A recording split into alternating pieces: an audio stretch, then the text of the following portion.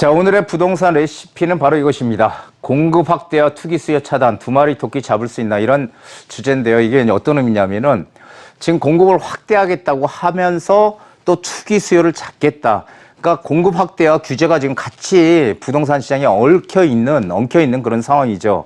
과연 이런 상황을 어떻게 봐야 될까? 두 마리 토끼 잡을 수 있을까요? 공급은 공급대로 확대하고 투기 수요 차단할 수 있는 이런 대책이 과연 이런 방법이 있는지 참 궁금합니다. 그래서 하도 좀 답답한 마음에 제가 이런 강의를 준비를 했으니까 한번 좀 잘 보시기 바랍니다.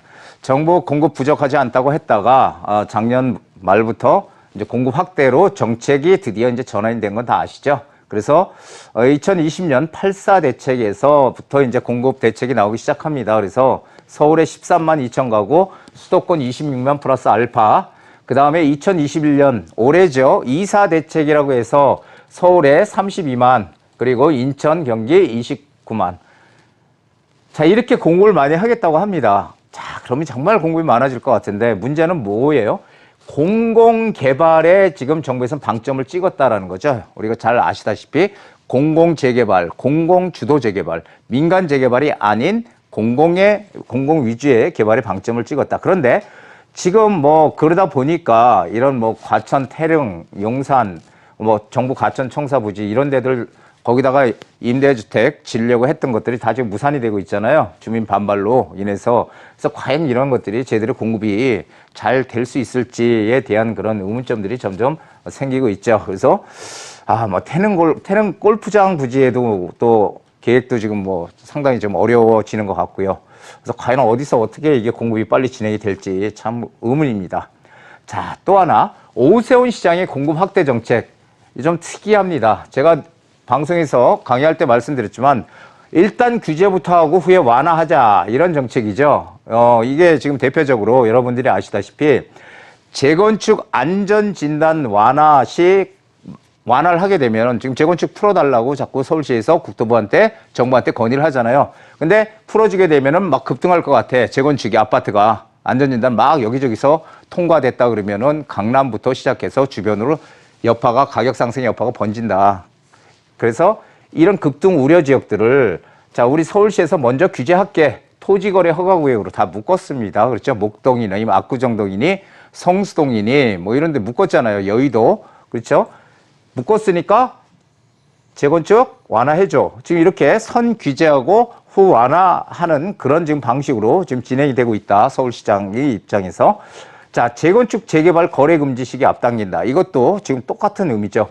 여태까지 재건축은 조합 투기과열 지구에서 조합 설립이 된 이후부터는 거래가 안 됐어요. 이 이후부터는 거래 금지죠. 그런데 그것을 안전진단, 재건축의 가장 초기 단계가 안전진단 단계잖아요. 안전진단이 통과했다. 그럼 재건축 이제 시작하네. 시작 단계부터 거래를 금지하게끔 하겠다. 이렇게 묶어놓고요. 재개발은 관리처분 인가가 떨어지면 그때부터 거래 금지였는데, 그렇죠? 근데 이거를 구역 지정이 되는 때까지 앞으로 당겼어요. 그래서 구역 지정만 되면 거래 못하게 하겠다. 물론 여기에는 단서종이 달리죠. 단서종이 뭐냐면은 시도지사가 필요하다고 생각되는 곳만 이렇게 하겠다는 거예요.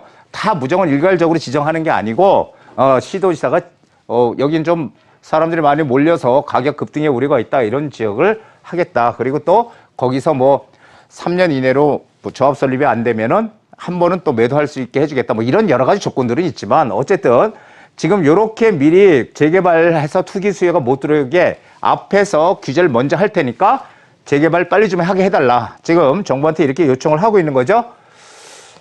자, 그리고 또 요것도 또 요번에 최근에 나왔죠. 2평짜리 주택도 토지거래 허가를 받아라. 자, 소형주택 집값 불분나 이런 기사가 나왔습니다. 자, 이게 뭐예요?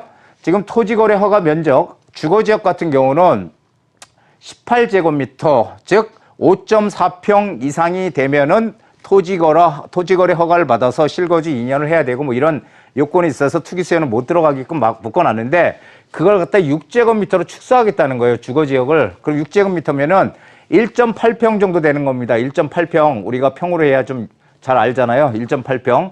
요거는요.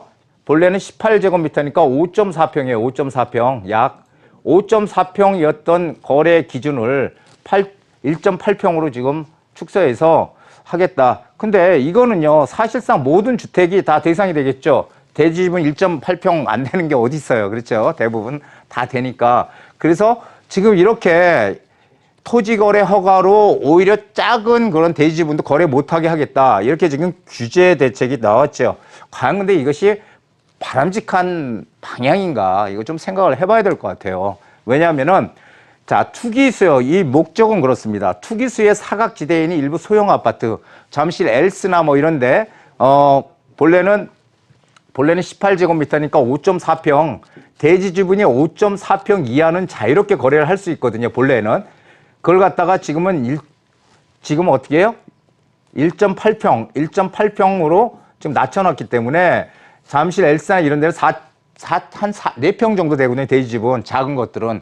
그런 것들은 다 거래가 가능했었는데 이제는 이렇게 되니까 거래를 못하게끔 하겠다. 그래서 일부 소형 아파트나 다세대 주택에 투기 수요가 유입이 되니까 이걸 차단하겠다.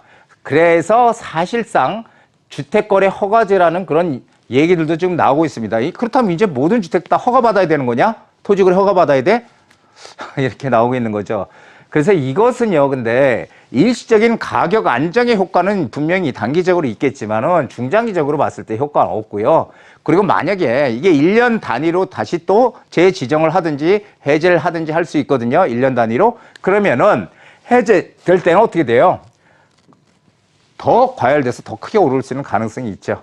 그래서 상당히 좀 문제다 이런 생각을 좀 하고 있습니다. 그래서 이런 대책들은 저는 제가 생각하는 어떤 정상적이지 않은 대책들은 결국은 오래가지 못한다는 생각을 항상 하고 있습니다. 그래서 허가 대상 면적 18제곱미터에서 6제곱미터, 상업지역은 20제곱미터에서 15제곱미터 전부 다 낮춰놨죠. 이렇게 지금 되고 있다는 거 지금 입법 예고되고 있다는 거 기억하시기 바랍니다. 규제 역설.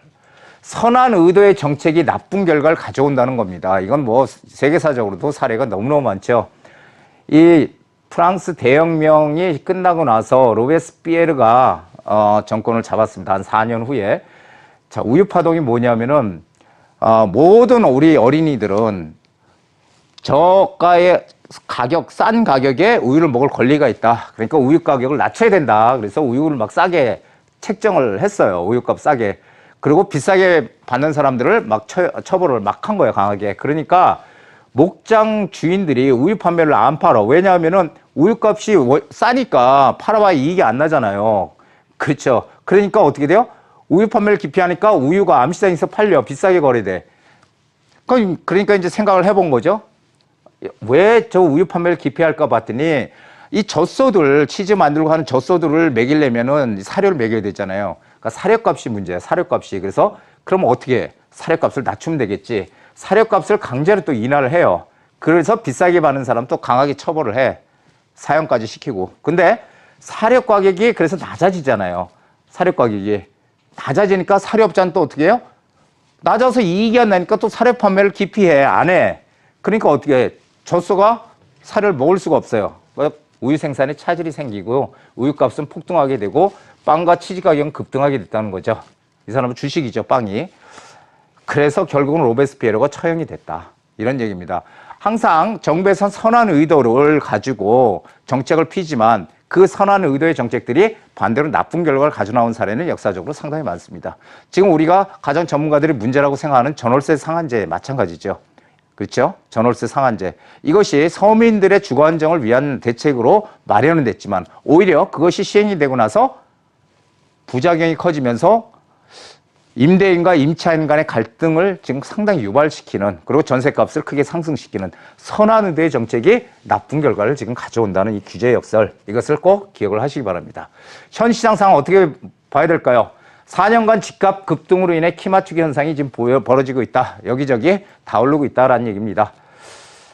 집값 싼 것으로 풍선 효과는 지속적으로 발생할 거고요. 그리고 사람들의 심리는 어때요? 더 오를 것이다라는 심리가 팽배합니다. 왜? 공급이 없다. 이것이 가장 관건이죠. 빠른 시간에 공급이 될 수 없다는 거죠. 자, 풍선 효과가 그래서 막 생깁니다. 지역적으로. 근데 풍선 효과는 반드시 꺼질 것이다 라고 생각을 해서 풍선 효과 생기는 곳은 들어가면 안 된다는 얘기를 드리는 겁니다. 차별화 시장의 중심 입지를 노려야 됩니다. 자, 인구가 폭발적으로 늘어나고 주택이 턱없이 부족하던 시절이 이제 지났습니다. 이제는 어때요? 인구가 감소하고 주택 보급률은 104%가 지금 되는 시대입니다. 이런 시대에는 차별화가 펼쳐져서 입지 가치의 중요성이 더욱더 커지고 있죠. 예, 그렇기 때문에 입지 가치가 부동산의 가치가 되는 것입니다. 더더욱 중요한 거죠. 자, 그러면 우리 어떻게 해요? 재개발, 재건축이 지금 투자의 포인트다라는 얘기를 제가 많이 드렸잖아요. 하지만 재개발, 재건축도 뭐가 중요해요? 입지 가치가 중요하다는 겁니다. 이 입지 가치가 이익의 크기를 결정한다. 이거 정말 중요한 얘기거든요. 자, 그리고 어떻게 해요? 희소 가치. 자, 한강변의 아파트들 희소 가치가 있어요, 없어요? 있습니다. 한강변에 한정돼 있으니까.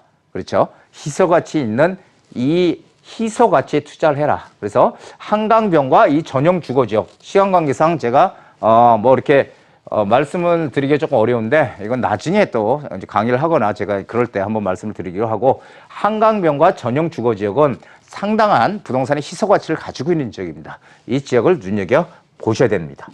자, 오늘 여기까지 하고요. 자, 기회는 없어지지 않습니다. 당신이 놓친 것은 누가? 다른 사람이 잡는다는 거예요. 이거 부동산에도 똑같이 다 적용이 되는 거죠. 부동산 투자도 마찬가지예요. 한순간에 기회를 잡을 수 있어야 내가 이익을 크게 낼 수 있는 거지, 내가 못 잡으면 다른 사람이 채가는 거죠. 여러분들 지금 시장을 어떻게 보십니까? 이런 와중에도 지방에서도 와서 투자하는 분들이 있다는 거 항상 기억하시기 바랍니다. 자, 오늘 여기까지입니다.